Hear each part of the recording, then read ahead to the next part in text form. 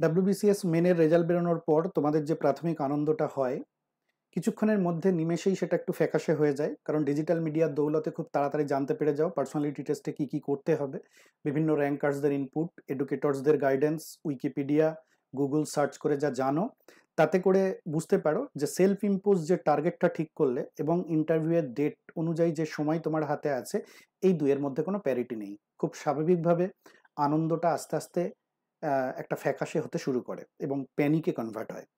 আমরা বিভিন্ন ইন্টারভিউ যারা দিয়েছে তাদের প্রশ্নের বিভিন্ন ওরিয়েন্টেশন দেখে যদি ভালো করে দেখি, তাহলে দেখব লেয়ার ছাড়িয়ে ছাড়িয়ে ডিপে পর্যন্ত প্রশ্ন হতে পারে। ফলে এতগুলো বিষয়ের ওপরে সেই রিটেন এক্সামে যা পড়েছিলে প্রায় সেরকমই প্রশ্নের আঙ্গিক রয়েছে, আমাকে পড়াশোনা করতে হবে। এটা তুমি একটা প্ল্যান ঠিক করে নিলে এবং সঙ্গে আছে মক ইন্টারভিউয়ের আয়োজনও তোমাকে দেখতে হবে। ফলে যে প্ল্যানটা ঠিক করলে এবং যে সময়টা হাতে আছে, এই দুইয়ের মধ্যে কোনো প্যারিটি নেই। Actually, this is the plan that you have right now after publication of result. Now, let me tell you my way. WBCS personality টেস্টে মূলত বিরাট কিছু করার মতো জায়গা নেই, অর্থাৎ প্রচুর পড়াশোনা করতে হবে এরকম নয়। প্রথম কথা হচ্ছে, এটার মধ্যে যেটা আছে সেটা হচ্ছে তোমাকে একটু রেডি করতে হবে, অ্যাওয়্যার করতে হবে। আমরা এই নিয়ে ডিটেলসে বিভিন্ন রকম লাইভ সেশন করব, সেখানে বলবো। এখানে একদম বেসিক জিসটা বলে দিচ্ছি। নাম্বার ওয়ান, এই টোটাল প্রিপারেশনের দুটো পার্ট। একটা হচ্ছে no curriculum part, that is 75% of your preparation. এখানে পড়াশোনার কিচ্ছু নেই।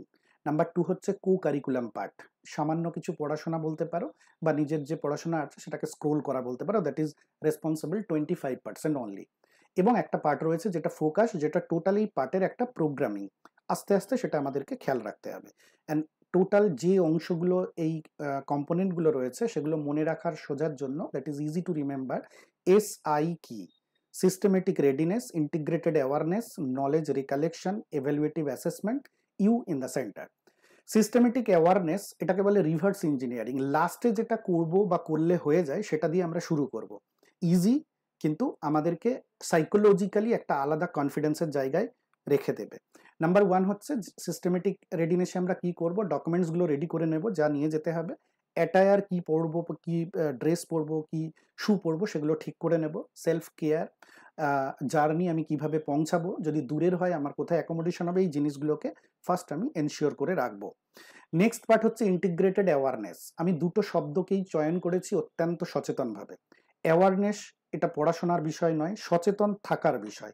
ইন্টিগ্রেটেড র্যান্ডম এই অ্যাওয়ারনেসটা তৈরি করলে হবে না, ইউটিউব দেখে বিভিন্ন জায়গা থেকে সার্চ করে নয়, একদম ইন্টিগ্রেটেড অ্যাপ্রোচে আমাকে এই অ্যাওয়ারনেসটা তৈরি করতে হবে। কি পিএসসির ডাব্লিউবিসিএস এর ইন্টারভিউয়ের আঙ্গিক কিরকম, সেটা কিরকম হয়, that is understanding of interview board. এক একটা জব ইন্টারভিউ এক এক রকমের হয়, সুতরাং এক্ষেত্রে কিরকম পুরানো যুগের যে ডাব্লিউবিসিএস এর ইন্টারভিউ ছিল, প্রেজেন্ট ট্রেন্ডসটা কিরকম, এই দুইয়ের মধ্যে অনেক ফারাক পাবে। সুতরাং স্কেলিটন পার্টটা সেম থাকলেও প্রেজেন্ট ট্রেন্ড কিরকম সেটা আমাদেরকে জানতে হবে। মেথোডোলজি, কি মেথোডোলজি ইন্টারভিউ ফলো হয়, কি রকম ওরিয়েন্টেশন থেকে প্রশ্ন আসে, বা কি ওরিয়েন্টেশন থেকে একটা ক্যান্ডিডেটকে যাচাই করা হয়, যে পোস্ট এবং সার্ভিসগুলোর জন্য আমি ইন্টারভিউ দিতে যাচ্ছি সেটা সম্পর্কে যেন আমার সম্যক ধারণা থাকে। এই দুটো পার্ট করার জন্য কিন্তু তোমাকে প্রচুর বইপত্র, খাতা পেন নিয়ে বসতে হবে না। একটা সিস্টেমেটিক ওয়েতে, একটা প্রোগ্রামড ওয়েতে তোমাকে এগিয়ে যেতে হবে। দ্যাট ইজ 75% প্রিপারেশন তোমার হয়ে গেছে। এবার রইল বাকি 25%, যদি পসিবল হয় আমরা করব। সেই 25%-এর মধ্যে কি আছে, নলেজ রিকালেকশন, অর্থাৎ আমার প্রি এক্সিস্টিং যে নলেজটা আছে সেটাকে একবার স্ক্রোল করা, রিড করা নয়। সেই প্রি এক্সিস্টিং নলেজের কোন এরিয়াগুলো করব সেইগুলো কম্পাসের মতো ঠিক করে দেবে এই পার্টটা। আমি যদি ইন্টিগ্রেটেড অ্যাওয়ারনেস পার্টটাকে ঠিকঠাক ওয়েতে করি, তাহলে জেনারিক কোশ্চেন কীরকম হয়, জেনারেল স্টাডিজের কোন এরিয়াগুলো দেখবো, কারেন্ট ইস্যু কীভাবে দেখবো, একাডেমিক এরিয়ায় কি জানবো, বা অপশনাল পেপারে কি জানবো, এই জিনিসগুলো আমাকে দেখে যেতে হবে। এভ্যালুয়েটিভ অ্যাসেসমেন্ট, এটার মধ্যেও পড়াশোনার কোনো পার্ট নেই। এটা হচ্ছে নিজেকে সেলফ এভ্যালুয়েট করা, সেলফ টক, আমরা নিজের সাথে সংলাপ বলি, আমরা রোল প্লে করি, নিজেকে ইন্টারভিউ বোর্ড মেম্বারদের রোল দিয়ে ভাবে আমরা প্রত্যেকেই প্র্যাকটিস করি। মিরর প্র্যাকটিস একটা জব ইন্টারভিউ কমন প্র্যাকটিস। টপার্সদের কাছ থেকে ইন্টারাক্ট করে তাদের ইনপুট নিই, আমাকে ভ্যালুয়েট করো। এবং মক ইন্টারভিউ, যেটা একটা পার্ট, নট ইম্প্যারেটিভ। এটা নিলে ভালো, না নিলেও চলবে, কখনো কখনো নিলে ফ্যাটাল। সেটা কেন আমরা পরে লাইভ সেশনে বলবো। আর একটা যেটা পার্ট, সেটা হচ্ছে ইউ ইন দ্য সেন্টার, অর্থাৎ বাকি সমস্ত আয়োজন উপকরণকে সাইডে রাখবে, তুমি হচ্ছে সেন্টারে থাকবে। এই ইন্টারভিউয়ে কিন্তু তোমার নলেজ নিয়ে বোর্ডে তুমি যাবে না, তোমাকে নিয়ে তুমি বোর্ডে যাবে। তুমি যদি বিশ্বাস করো that you are the material for future, এই জিনিসটাই তোমার কাছ থেকে ইন্টারভিউ বোর্ড জানতে চায়। সুতরাং তুমি নিজে যদি নিজের উপরে এইটুকু বিশ্বাস না রাখো, তাহলে তুমি নিজেকে বিপণন করতে পারবে না, প্রেজেন্ট করতে পারবে না। সুতরাং এইটা রেজাল্ট বেরোনোর দিন থেকে একটু একটু করে নিজের উপরে এই ভরসাটুকু তৈরি করো। একদিনে সম্ভব নয়, কিন্তু এই কদিনে এটা সম্ভব। অন্তত ম্যাক্সিমাম নিজের ইয়োর সেলফটাকে ডিকোড করতে পারবে। তাহলে this is the plan that you have at present after publication of result. এবং এই প্ল্যানটা হচ্ছে এই ভিডিওটা শোনার পরে এখন তোমার প্ল্যান হওয়া উচিত। That means things to do, Times in hand, এই দুইয়ের মধ্যে আমরা একটা ব্যালেন্স করে ফেলেছি। আমরা কি লাগবে সেটা নয়, কি পারবো সেটাকেই শুধুমাত্র করব, এবং আমাদের ফিক্স এ লিমিট।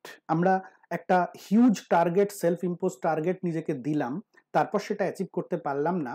যত ইন্টারভিউ এর দিনের দিকে যাবে তত প্যানিকটা কিন্তু গুণোত্তর প্রগতিতে বাড়তে থাকবে। সুতরাং আমরা নিজেকে এমন একটা টার্গেট দেব যেটা অ্যাচিভ করতে পারবো, এবং অ্যাচিভ করে যদি ইন্টারভিউ বোর্ডে যেতে পারি, তুমি দেখবে একটা কনফিডেন্স লেভেল অটোমেটিক্যালি বেড়ে গেছে।